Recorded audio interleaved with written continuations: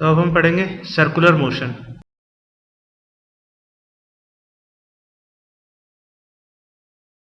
सबसे पहले हम इसकी डेफिनेशन पे आते हैं। What is circular motion? Circular motion is defined as motion of particle along a circle और सर्कुलर पाथ। अगर कोई बॉडी एक फिक्स पॉइंट से कांस्टेंट डिस्टेंस मेंटेन करती हुई मोशन करती है तो उसका मोशन सर्कुलर मोशन होगा। यहां पर सर्कुलर मोशन में कुछ बातें हमें ध्यान रखनी होगी। सर्कुलर मोशन में अगर कोई बॉडी मूव कर रही है तो हो सकता है उसकी स्पीड कांस्टेंट हो और हो सकता है कि स्पीड चेंज हो रही हो, लेकिन यह पक्का है कि उसकी वेलोसिटी चेंज हो रही होगी। अगर हम थोड़ा सा सोचें तो स्पीड और वेलोसिटी में डिफरेंस होता है कि स्पीड स्केलर क्वांटिटी है और वेलोसिटी वेक्टर क्वांटिटी है। स्पीड का मैग्नीट्यूड कांस्टेंट रहेगा तो हम कहेंगे कि स्पीड कांस्टेंट है, जबकि वेलोसिटी में यह जरूरी नहीं है। हो सकता है वेलोसिटी का मैग्नीट्यूड कांस्टेंट हो लेकिन उसकी डायरेक्शन चेंज हो रही हो। फॉर एग्जांपल, सर्कुलर मोशन में बॉडी सपोज इस पोजीशन पे, तो वेलोसिटी वेक्टर इसका टेंजेंशियली इस तरह से आएगा। इस पोजीशन पे तो वेलोसिटी वेक्टर इस तरह से आएगा। इस पोजीशन पे तो वेलोसिटी वेक्टर टेंजेंशियली इस तरह से आएगा। इस पॉइंट पर तो वेलोसिटी वेक्टर टेंजेंशियली इस तरह से जाएगा। तो अगर बॉडी सर्कुलर मोशन कर रही है तो हो सकता है कि उसकी स्पीड कांस्टेंट रहे, लेकिन अगर उसे सर्कुलर मोशन करना है तो डायरेक्शन तो बदलनी होगी, और अगर डायरेक्शन बदल रही है मतलब वेलोसिटी वेक्टर तो चेंज हो रहा है। इसका मतलब यह हुआ कि सर्कुलर मोशन जीरो एक्सेलरेशन से नहीं हो सकता। बॉडी सर्कुलर मोशन कर रही है तो पक्का उसके अंदर एक्सेलरेशन होगा। एटलीस्ट वो एक्सेलरेशन उसकी डायरेक्शन तो चेंज करेगा ही सही, इसलिए इसमें एक एक्सेलरेशन होगा जो हमेशा सेंटर की तरफ लगा रहता है। उस सेंटर की तरफ जो एक्सेलरेशन होता है उसे हम सेंट्रीपिटल एक्सेलरेशन बोलते हैं। इस सेंट्रीपिटल एक्सेलरेशन का काम है वेलोसिटी की डायरेक्शन को चेंज करना। अगर बॉडी यूनिफॉर्म मोशन कर रही है मतलब उसकी स्पीड कांस्टेंट है, तो उसका एक्सेलरेशन केवल और केवल सेंट्रीपिटल एक्सेलरेशन होगा। पर अगर उसकी डायरेक्शन चेंज होने के साथ साथ मैग्नीट्यूड में भी चेंज आ रहा है, यानी यहां मैग्नीट्यूड सपोज वेलोसिटी का कम है, यहां वेलोसिटी बढ़ गई, यहां और बढ़ गई, यहां थोड़ी कम हो गई, तो अगर वेलोसिटी के मैग्नीट्यूड में भी चेंज आ रहा है कंटिन्यूसली, तो इसका मतलब टेंजेंशियल डायरेक्शन में भी एक एक्सीलरेशन होना चाहिए। तो इस तरह से सर्कुलर मोशन करती हुई बॉडी पर दो एक्सेलरेशन पॉसिबल है। First acceleration is towards the centre, that is known as centripetal acceleration, and its responsibility is to change the direction of velocity. Second acceleration is in tangential direction, that is why it is known as tangential acceleration, and its responsibility is to change the magnitude of velocity. अगर uniform motion है तो उसका magnitude change नहीं हो रहा होगा, और magnitude change नहीं हो रहा इसका मतलब यह हुआ कि टेंजेंशियल एक्सेलरेशन जीरो। और अगर मैग्नीट्यूड चेंज हो रहा है इसका मतलब टेंजेंशियल एक्सेलरेशन भी होगा, और इस तरह के मोशन को हम नॉन यूनिफॉर्म सर्कुलर मोशन कहेंगे। आगे बात करते हैं। तो अब हम सर्कुलर मोशन में दो तरह के मोशन के बारे में जानते हैं। First is uniform circular motion and second is non uniform circular motion. Uniform circular motion में स्पीड कांस्टेंट है लेकिन वेलोसिटी चेंज हो रही है। इस केस में केवल सेंट्रीपिटल एक्सेलरेशन लगता है, टेंजेंशियल एक्सेलरेशन जीरो होता है। नॉन यूनिफॉर्म के केस में स्पीड भी चेंज हो रही है और डायरेक्शन तो ऑब्वियसली चेंज हो ही रही है, यानी speed is not equal to constant, velocity is always not equal to constant, centripetal acceleration तो लगेगा ही अगर सर्कुलर मोशन हो रहा है, पर यहां टेंजेंशियल एक्सेलरेशन भी लगेगा, that is at is not equal to 0। अगर स्पीड बढ़ रही है तो जिधर उसकी वेलोसिटी है उसी डायरेक्शन में टेंजेंशियल एक्सेलरेशन लग रहा होगा, अगर स्पीड कम हो रही है तो जिधर उसकी वेलोसिटी वेक्टर है उससे अपोजिट डायरेक्शन में टेंजेंशियल एक्सेलरेशन लग रहा होगा। Now terms related to circular motion.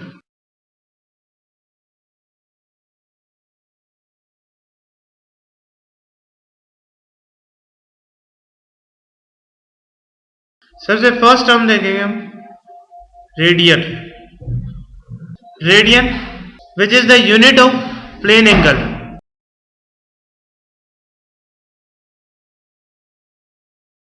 Plane angle क्या होता है? सपोज यहां मैं दो लाइन बना रहा हूं, ये लाइन 1 है और नीचे वाली लाइन 2 है। अगर लाइन 1 और लाइन 2 एक दूसरे के ऊपर बनाई जाए तो इनके बीच में जो एंगल बन रहा होगा वो होगा 0। सपोज मैं 1 को 2 से ऊपर उठाना चालू करूं, इस पॉइंट को फिक्स रखते हुए 1 को 2 से ऊपर उठाना चालू करूंगा तो एंगल की वैल्यू बढ़ती चली जाएगी। इस पोजीशन में कुछ ना कुछ एंगल बन रहा होगा which is not equal to 0।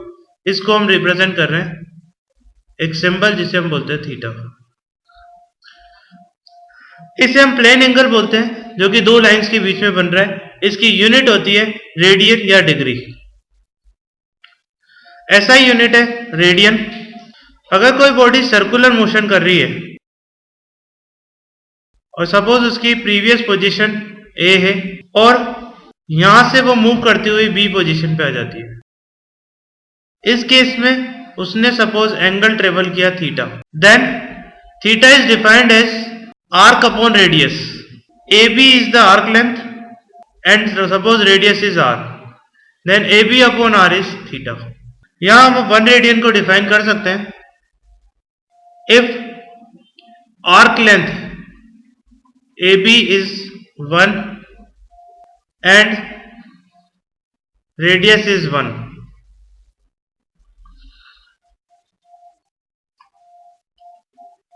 then theta will be 1 radian, जिसे हम इस सिंबल से बता सकते हैं या 1 रेडियन इस तरह से लिख सकते हैं। इसके बारे में हम डिटेल में बात करें तो अगर पार्टिकल जो कि ए पोजीशन पे था वो एक कंप्लीट सर्किल पूरा कर ले तो वो जो डिस्टेंस ट्रेवल करेगा वो सर्कमफेरेंस ऑफ सर्किल के बराबर होगी and that is 2 pi r. तो आर्क लेंथ हो गई 2 pi r upon radius is r, then the angle is 2 pi r upon r which is 2 pi. इसका मतलब क्या हुआ कि अगर पार्टिकल एक कंप्लीट सर्किल कर ले तो वो जो एंगल ट्रेवल करेगा वो 2 पाई रेडियन के बराबर होगा। अगर हम इसे डिग्री में मेजर करें तो ये 360 डिग्री के इक्वल होगा, that means 2 pi radian is equal to 360 degree. हम इजीली फाइंड आउट कर सकते हैं कि 1 रेडियन इक्वल टू होगा 360 degree upon 2 pi and that is equal to 57.3 degree. Now second quantity is angular displacement and angular velocity. इन दोनों का discussion करेंगे। अब पहले हम करते हैं एंगुलर डिस्प्लेसमेंट।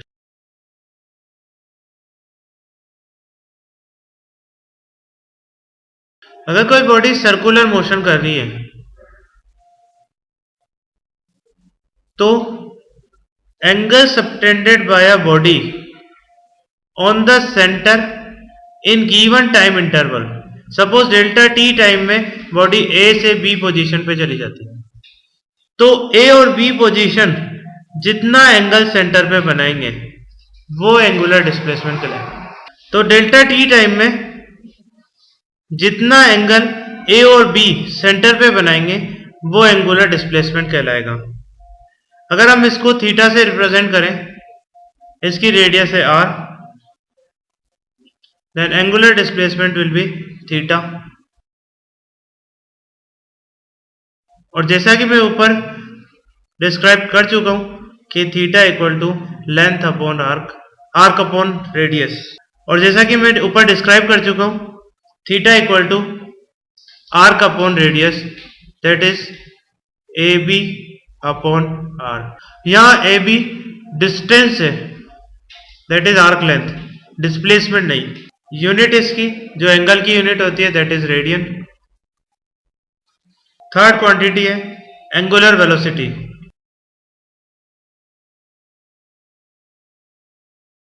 इसको हम ग्रीक सिंबल ओमेगा से रिप्रेजेंट करते हैं। हमने लीनियर वेलोसिटी पढ़ा है। लीनियर वेलोसिटी में हमने देखा था कि लीनियर वेलोसिटी होती है displacement upon time taken. Angular velocity क्या हो जाएगी? Angular displacement upon time taken. तो ओमेगा इक्वल टू हो जाएगा angular displacement. Suppose delta theta angle इसने ट्रेवल किया in time interval delta T, तो ओमेगा हो जाएगा delta theta upon delta T. यानी एक सेकेंड में जितना एंगुलर डिस्प्लेसमेंट होगा वो एंगुलर वेलोसिटी कहलाएगा। यूनिट डेल्टा थीटा की यूनिट क्या होती है? रेडियन, जो एंगल ट्रेवल किया। टाइम की यूनिट होती है सेकेंड। तो एंगुलर वेलोसिटी की यूनिट क्या हो गई? रेडियन पर सेकेंड। इसके अलावा एंगुलर वेलोसिटी के हम कुछ और फॉर्मूले भी यहां पर बताएंगे जो कि हमारे न्यूमेरिकल्स में बहुत काम आते हैं। सपोज एक पार्टिकल एक पूरा सर्कुलर मोशन, एक complete circle capital T time में कर लेता है। तो टाइम टी, कैपिटल टी है time period of the circle.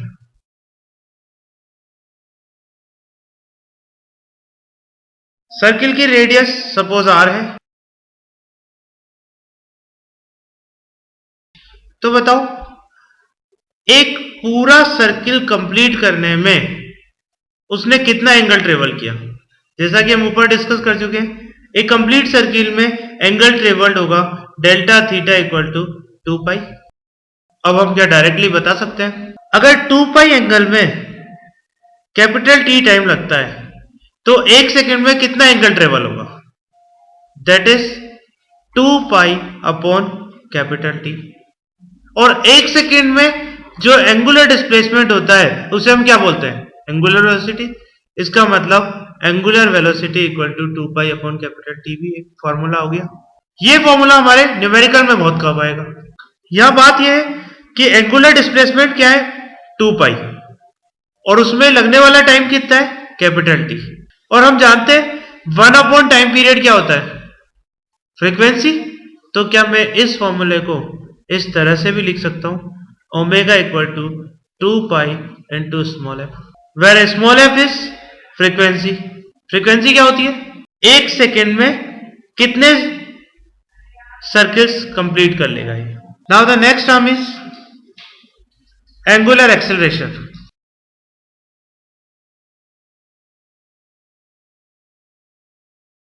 इसको हम इस सिंबल से रिप्रेजेंट करते हैं।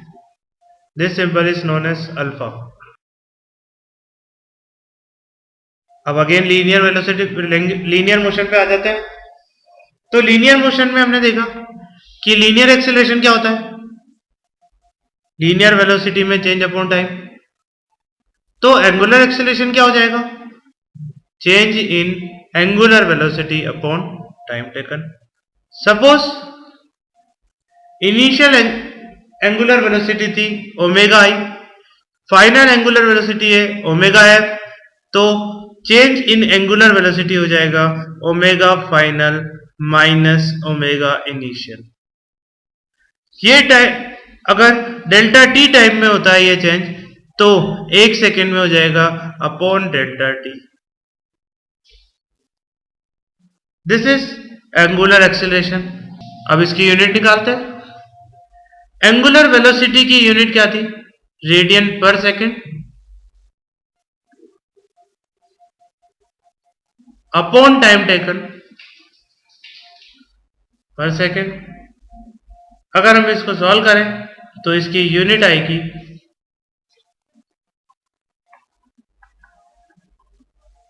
रेडियन पर सेकेंड स्क्वायर।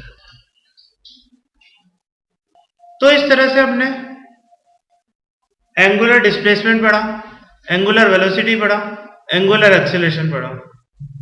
इनका रिलेशन लीनियर क्वांटिटीज के साथ क्या होता है ये हम डिराइव करेंगे।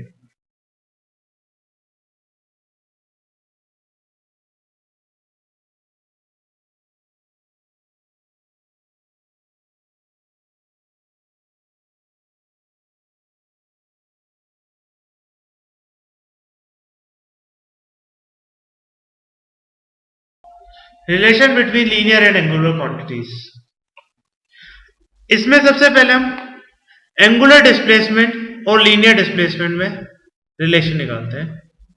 यहां बेसिकली हम डिस्टेंस और डिस्प्लेसमेंट, एंगुलर डिस्प्लेसमेंट में रिलेशन निकाल रहे हैं, नॉट विद द डिस्प्लेसमेंट। इसमें हम लीनियर डिस्टेंस और एंगुलर डिस्प्लेसमेंट में रिलेशन निकाल रहे हैं। तो अगेन मैं वही डायग्राम बना रहा हूं। एक बॉडी सर्कुलर मोशन कर रही है,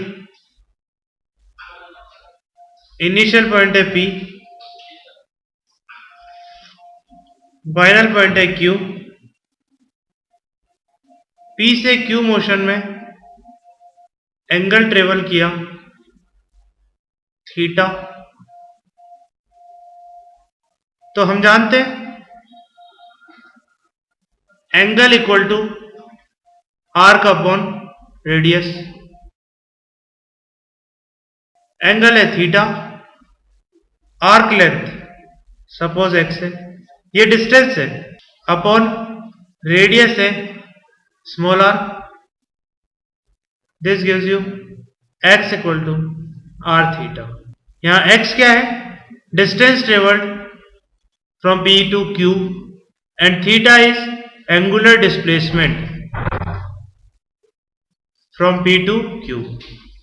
R is the radius of the circle. ये हो गया डिस्टेंस और एंगुलर डिस्प्लेसमेंट में रिलेशन। सेकेंड रिलेशन हम निकालते हैं एंगुलर वेलोसिटी और लीनियर वेलोसिटी के अंदर। इसमें हम फर्स्ट रिलेशन का यूज करेंगे x equal to R theta. दोनों तरफ मैं टाइम का डिवाइड कर दूं तो इधर आ जाएगा x upon T equal to R into theta upon T. x upon T distance upon time that is speed, and r into theta upon T is angular displacement that is omega. So v equal to R omega. इसी तरह से हम angular acceleration और linear acceleration में relation निकाल सकते हैं। इसके लिए हम सेकेंड इक्वेशन का यूज करेंगे, v equal to R into omega. दोनों तरफ अगर हम टाइम का डिवाइड कर दें तो v upon T equal to R into omega upon time. v upon T is linear acceleration equal to R into omega upon time is angular acceleration that is alpha. So a equal to R alpha.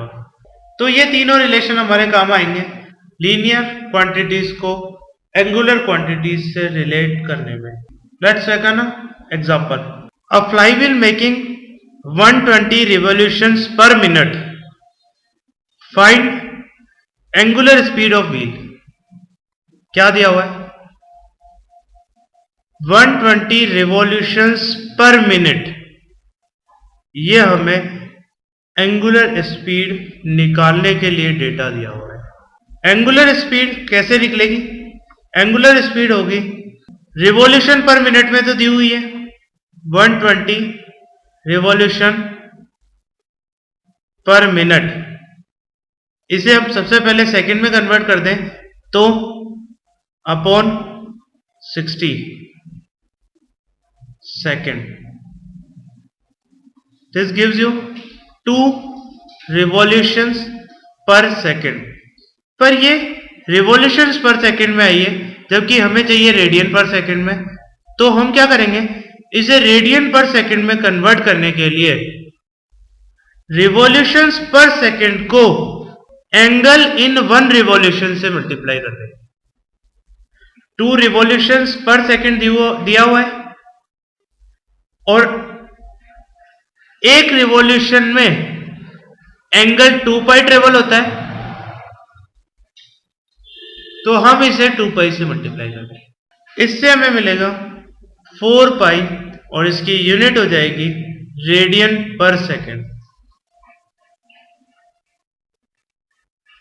Revolutions का मतलब है number of revolutions, तो इसका unit में कोई contribution नहीं होगा, तो रेडियन पर सेकेंड में हमें एंगुलर वेलोसिटी मिल गई। चलो एक और एग्जांपल लेते हैं। Earth revolves around the sun in 365 days. 365 days में अर्थ सन के अबाउट रिवॉल्व कर लेती है। आपको उसकी एंगुलर स्पीड बतानी है। तो सबसे पहले हमें टाइम पीरियड निकालना है। टाइम पीरियड क्या हो जाएगा, 365 डेज में एक कंप्लीट साइकिल पूरा हो जाता है, तो टाइम पीरियड बेसिकली हो गया 365 डेज। पर हमें टाइम पीरियड चाहिए सेकंड में, तो क्या करें, 365 days in a 1 day there is 24 hours, तो हम इसे 24 से मल्टीप्लाई कर देंगे। 1 आवर में 60 मिनट्स होंगे, तो इसे 60 से मल्टीप्लाई कर देखिए, और 1 मिनट में 60 सेकेंड होंगे, तो इसे 60 से और मल्टीप्लाई कर देंगे, तो हमारा टाइम पीरियड सेकेंड्स में आ जाएगा। अब हमें चाहिए एंगुलर स्पीड, तो एंगुलर स्पीड क्या होती है टाइम पीरियड की टर्म में, 2 pi upon capital T, that is 2 pi upon ये कैपिटल टी की वैल्यू पूरी 365 इंटू 24 इंटू 60 इंटू 60। इसको जब हम कैलकुलेट करेंगे तो यह आएगा 1.99 into 10 to the power -7। Unit क्या होगी, रेडियन पर सेकेंड।